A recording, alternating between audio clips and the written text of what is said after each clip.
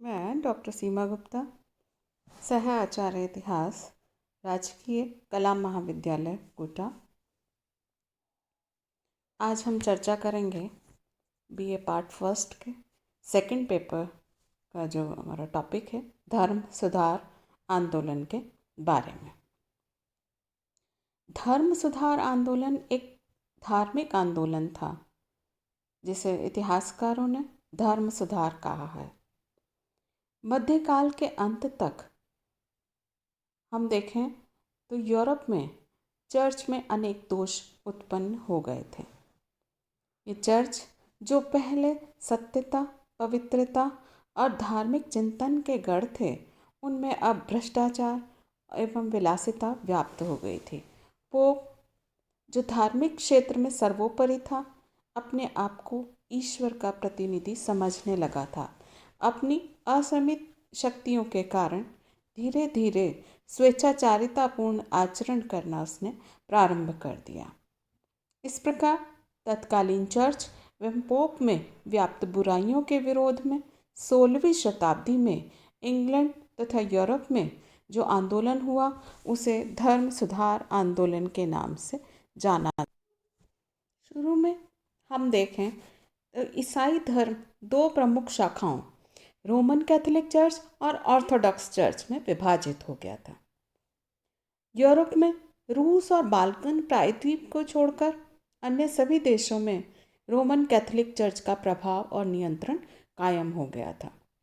परंतु 16वीं शताब्दी में जब चर्च की कुछ धार्मिक बातों और विचारों के विरुद्ध जबरदस्त विद्रोह हुआ तो चर्च ना तो उसे समाप्त करने में समर्थ रहा और ना ही विद्रोहियों की मांग पूरी कर पाया। दूसरी तरफ हम देखें तो सुधारकों और विद्रोहियों ने भी अपने धार्मिक विश्वासों को छोड़ना उचित नहीं समझा और रोमन चर्च का परित्याग करके एक अपने निजी चर्च की स्थापना करना उन्होंने उचित समझा। इस प्रकार कैथोलिक चर्च का विभाजन हो गया। धर्म के क्षेत्र में जो यह जन आंदोलन चला उसे अंग्रेजी भाषा में रिफॉर्मेशन कहते हैं। क्योंकि आंदोलनकारियों ने कैथोलिक चर्च का प्रोटेस्ट किया था यानी विरोध किया था, तो उनके द्वारा स्थापित जो नया धर्म है वो प्रोटेस्टेंट धर्म के नाम से प्रसिद्ध हुआ और इसी नाम के कारण ये आंदोलन प्रोटेस्टेंट क्रांति के नाम से भी पुकारा जाता है। ये जो घटना है ये धर्म सुधार आंदोलन के नाम से इतिहास में प्रसिद्ध हुई। इस आंदोलन के बहुत सारे कारण थे।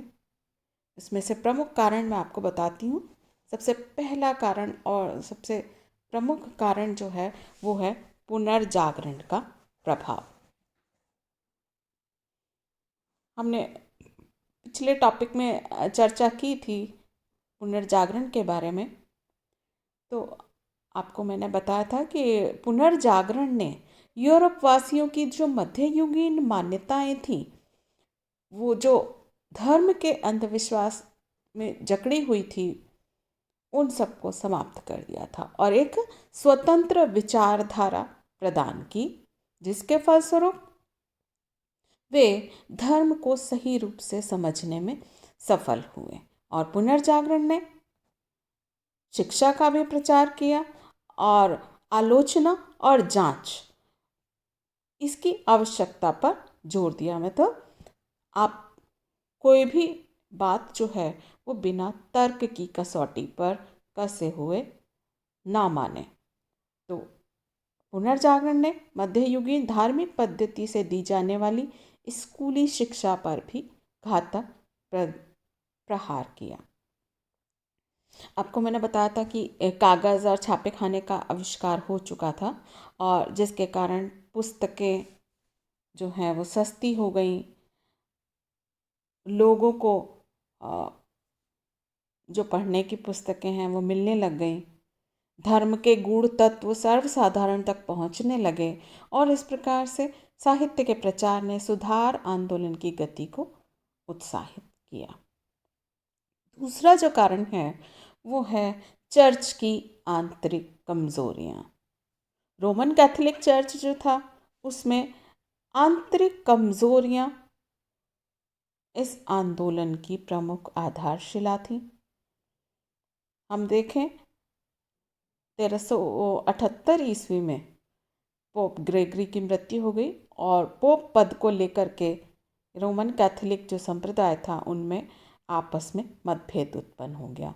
इससे पोप की जो प्रतिष्ठा थी उसको गहरा आघात लगा। ग्रेगरी की मृत्यु के बाद उर्बन षष्ठ को पोप चुना गया, लेकिन वो बहुत क्रूर था और बुद्धिहीन भी था, तो उन्होंने क्लीमेंट सप्तम को नया पोप चुन लिया। इस प्रकार दो दो पोप हो गए। उर्बन का केंद्र रोम था और क्लीमेंट का फ्रांस। तो इस स्थिति में संपूर्ण यूरोप दो खेमों में बंट गया। अब किसी भी पोप का कैथोलिक जगत पर एकाधिकार नहीं रहा और यह स्थिति 1417 तक जारी रही। अंत में मार्टिन पंचम को सर्वसम्मति से पोप चुना गया। तो पोप के प्रति जो श्रद्धा और निष्ठा थी जनता में, इस संघर्ष ने उसको समाप्त कर दिया। अब जो लोग ये समझते थे कि पोप ईश्वर का प्रतिनिधि है, तो वो ये सोचने लगे कि ये ईश्वर के प्रतिनिधि कैसे हो सकते हैं, क्योंकि इनका जो निर्वाचन है वो तो फ्रांसीसी राजा ने किया है। इसलिए चर्च की जो कमज़ोरी थी वो लोगों में उजागर होने लगी। एक और कमज़ोरी हमको दिखाई देती है चर्च की पुनर्जागरण के कारण और छापाखाने के आविष्कार के कारण अब बहुत सारे लोग पढ़ना लिखना सीख गए थे और वो रुचिपूर्वक चर्च की आलोचना और बुराइयों के प्रति अपना विचार व्यक्त करने लग गए। लेकिन अभी भी हम देखें इसके विपरीत बहुत से जो पादरी थे वो अभी भी अशिक्षित थे और अज्ञानी थे और वो धर्म के गूढ़ तत्वों के बारे में कुछ भी उनको जानकारी नहीं थी। तो वो जो आम जनता है, जो सर्वसाधारण है, उसकी धार्मिक जिज्ञासा को कैसे शांत कर सकते थे। तो इसलिए सर्वसाधारण के मन में विद्रोह की भावना उठने लगी। दूसरा का नेक्स्ट कारण है पोप की असीमित शक्तियाँ। विद्रोह का एक अन्य कारण हम देखें तो पोप और उसके अधिकारियों की शान शौकत और विलासी जीवन था। जो प्रमुख धर्माधिकारी थे उन्होंने उनके अवैधानिक पुत्र पुत्रियां थीं। इस समस्या ने यूरोप में अशांत वातावरण पैदा कर दिया और कुछ धर्माधिकारियों ने तो अपने धार्मिक कर्तव्यों का पालन ही बंद कर दिया था। उनकी नियुक्ति जैसे इंग्लैंड, जर्मनी, फ्रांस या अन्य देशों में हुई, लेकिन जो जितने भी धर्माधिकारी थे वो सब कहाँ रहना चाहते थे? वो इटली में ही रहना चाहते थे। वो अपने कार्य क्षेत्र में भी नहीं जाते थे। तो इस कारण जो ये देश हैं इंग्लैंड, जर्मनी, फ्रांस, ये सब रोम के जो पोप थे, पोप के प्रभाव से मुक्त होने का प्रयास करने लगे, क्योंकि जो धर्म सुधार आंदोलन हुआ वो ज़्यादातर यूरोप के इन्हीं देशों में हुआ था। अब चर्च में भ्रष्टाचार को रोकने के लिए कुछ लोग, धार्मिक नेताओं ने ध्यान आकर्षित करने का प्रयत्न किया था और सुधारों की मांग भी की। इंग्लैंड ने जैसे वाइक्लिफ ने पादरियों के शान शौकत, विलासी जीवन के विरुद्ध आवाज़ उठाई, इसी तरह अन्य जो ये धर्म सुधार आंदोलन के जो नेता थे उन्होंने आवाज़ उठाई और इस आंदोलन की पृष्ठभूमि को तैयार कर दिया। अब नेक्स्ट पॉइंट पे हम आते हैं राजनीतिक कारणों पर। धर्म सुधार आंदोलन, ये तो हमने पढ़े अभी ऊपर धार्मिक कारण जो थे। अब हम आते हैं राजनीतिक कारण पर। धर्म सुधार आंदोलन का एक प्रमुख कारण था पोप का राजनीतिक प्रभाव। पोप जो था वो रोम नगर और उसके आसपास की पीपल स्टेट्स का शासक था और यूरोप के राजाओं का राज्याभिषेक भी पोप या उसके प्रतिनिधि के द्वारा या पोप की स्वीकृति से ही किया जाता था। पोप जो था वो राज्यों के घरेलू मामलों में भी और वैदेशिक मामलों में भी हस्तक्षेप करने का अधिकारी था। किसी भी कैथोलिक शासक को वो धर्म से बहिष्कृत कर सकता था और उस शासक को प्रजा के विरुद्ध विद्रोह करने का आदेश भी दे सकता था। इस प्रकार हम देखें तो पोप के पास असीमित राजनीतिक अधिकार थे। दूसरी तरफ हम देखें तो 16वीं शताब्दी में राष्ट्रीय राज्यों और निरंकुश राजतंत्रों का उत्थान हो चुका था। पोप को राजनीतिक प्रभुता पसंद नहीं थी क्योंकि इससे उसकी संप्रभुता को चोट पहुंचती थी, तो वे लोग पोप के प्रभाव से मुक्त होना चाहते थे। इसलिए दोनों में संघर्ष होना अनिवार्य था और स्वाभाविक भी था। तो ये एक राजनीतिक कारण था। और दूसरा राजनीतिक कारण चर्च के न्यायालय पोप और राजाओं के मध्य संघर्ष का दूसरा कारण था। सामंती युग के प्रारंभ में हम देखें तो रोमन न्यायालय और नियम विलुप्त होने लगे और चर्च ने लोगों को न्याय प्रदान करने के लिए अपने न्यायालय स्थापित किए। पुनर्जागरण और राष्ट्रीय राज्यों की स्थापना के बाद भी इन न्यायालयों का अस्तित्व बना हुआ था और जैसे कई मामले थे, विवाह है, तलाक है, उत्तराधिकार, इन सब का फैसला चर्च के न्यायालय ही करते थे। और राजाओं को ये बात पसंद नहीं थी, वो अपने न्यायालयों का महत्व कायम करना चाहते थे। और ये जो न्यायालय थे वो घूस और भ्रष्टाचार के केंद्र बने हुए थे, क्योंकि जो पैसा दे देता था ज़्यादा, उसी के पक्ष में न्याय कर दिया जाता था। तो ये एक कारण था धर्म सुधार आंदोलन का। तीसरा इसमें हम देखें राजनीतिक कारणों में चर्च की धन संपदा। संघर्ष का जो मुख्य कारण था चर्च की धन संपदा पर राजाओं की दृष्टि थी। चर्च के पास बहुत अधिक भूमि थी और इस भूमि की उपज तथा आय पर किसी भी प्रकार का कर नहीं लगता था। इसके अतिरिक्त हम देखें चर्च नागरिकों से धार्मिक कर भी वसूल करता था, धार्मिक न्यायालयों से भी चर्च की आय होती थी। तो कुल मिलाकर हम देखें तो चर्च बहुत अधिक समृद्ध था। तो पदाधिकारी जो थे, धर्माधिकारी जो थे, भोगविलास और ऐश्वर्य का जीवन बिताते थे। दूसरी तरफ हम देखें तो राजाओं को प्रशासन व्यवस्था चलाने के लिए पैसे की आवश्यकता थी, सैनिक शक्ति को सबल बनाने के लिए धन की आवश्यकता थी। इसलिए शासकों ने पोप के प्रभाव को समाप्त करने की दृष्टि से पोप के विरोधियों को गुप्त सहायता और संरक्षण देना शुरू कर दिया। और यदि राजा सुधारवादियों को सहयोग नहीं देते तो भी सुधारवादी आंदोलन इस सीमा तक कभी भी सफल नहीं हो सकता था। तो इस प्रकार हम देखें कि जो लूथर है, मार्टिन लूथर, जो धर्म सुधार आंदोलन का प्रणेता जिसको कहा जाता है, उसको राजाओं का सहयोग प्राप्त हो गया था, तो वो पोप के प्रकोप से बच गया था। अब नेक्स्ट है आर्थिक कारण। पुनर्जागरण काल में वाणिज्य का प्रसार हुआ, नगरों का विकास हुआ और धन में वृद्धि हुई, जिससे चर्च और उसकी शिक्षाओं के प्रति बहुत से लोगों की विचारधारा में परिवर्तन आ गया।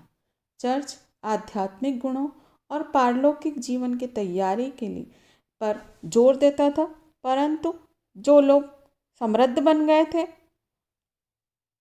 वो इस संसार में आराम का जीवन बिताना चाहते थे। और ऐसे लोगों के अलावा व्यापारी जो थे, उनके पास भी क्योंकि पैसा था, उनको भी चर्च के अधिकारियों और चर्च के नियमों से बहुत सारी शिकायतें थी। क्योंकि व्यापारी जब पैसा कमा के दूर दूर देशों की यात्रा करके वापस अपने स्वदेश लौटते थे, तो चर्च को उनकी आय का बहुत बड़ा भाग उनको देना होता था।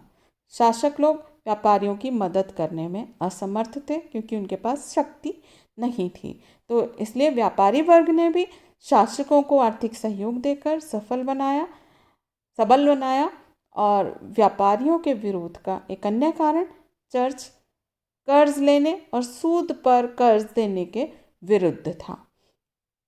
लेकिन व्यापार वाणिज्य के विकास के साथ साथ सूद पर कर्ज लेना आवश्यक हो गया था। अन्य कारण है, कुछ और भी कारण थे इस समय धर्म सुधार आंदोलन के। जैसे रोम के जो धार्मिक न्यायालय थे उनमें अपीलों की सुनवाई और निर्णयों का खुले आम क्रय विक्रय होता था। ये भी एक आंदोलन का कारण बना क्योंकि निर्धन लोग, जो गरीब लोग थे, उनको न्याय नहीं मिल पाता था और पूंजीपति लोग अपने धन के बल पर अनुकूल न्याय लेने में सफल हो जाते थे। एक अन्य कारण चर्च के बड़े बड़े पदों को खरीदा और बेचा जाता था, अर्थात स्वयं जो पोप था वो अधिक धन देने वाले व्यक्ति को ही किसी उच्च पद पर नियुक्त करता था। परिणाम स्वरूप हम देखें तो समृद्ध जो परिवार थे, जो पैसे वाले लोग थे, वही चर्च के बड़े बड़े पदों पर आसीन हो जाते थे और अपने पद के प्रभाव से अपने परिवार को भी लाभ पहुंचाते थे। इस सब से जो जनता थी, जो लोग थे, उनमें भारी असंतोष था और इस कारण पादरी लोगों द्वारा अपने यजमानों को मनमाना धर्म सिखाना, उनकी इच्छा अनुसार धन वसूल करना, ये सब बातें सर्वसाधारण को बहुत खटकती थी। अब है तत्कालीन कारण। इस आंदोलन का, धर्म सुधार जो आंदोलन चला, इसका तत्कालीन कारण मार्टिन लूथर द्वारा पाप विमोचन पत्र यानी इंडल्जेंस जिनको कहा जाता था, उनका विरोध करना था। इंडल्जेंस एक ऐसा मुक्ति पत्र था जिसको धन के बदले खरीदा जा सकता था और इस पत्र को खरीदने वालों के लिए पोप का यह आश्वासन होता था कि उनके पाप धुल जाएंगे। तो ये जो कारण था वो तत्कालीन कारण बना और ये जो इंडल्जेंस है वो 1517 में जॉन टेड्सल ने बड़ी लगन से इनको बेचना शुरू किया था जर्मनी में। और इस पोप लियो दशम ने संत पीटरबर्ग में गिरजाघर को पुनः बनवाने के लिए धन एकत्र करने के लिए इन पाप विमोचन पत्रों की बिक्री करना शुरू की थी। ये थे धर्म सुधार आंदोलन के कारण। धन्यवाद।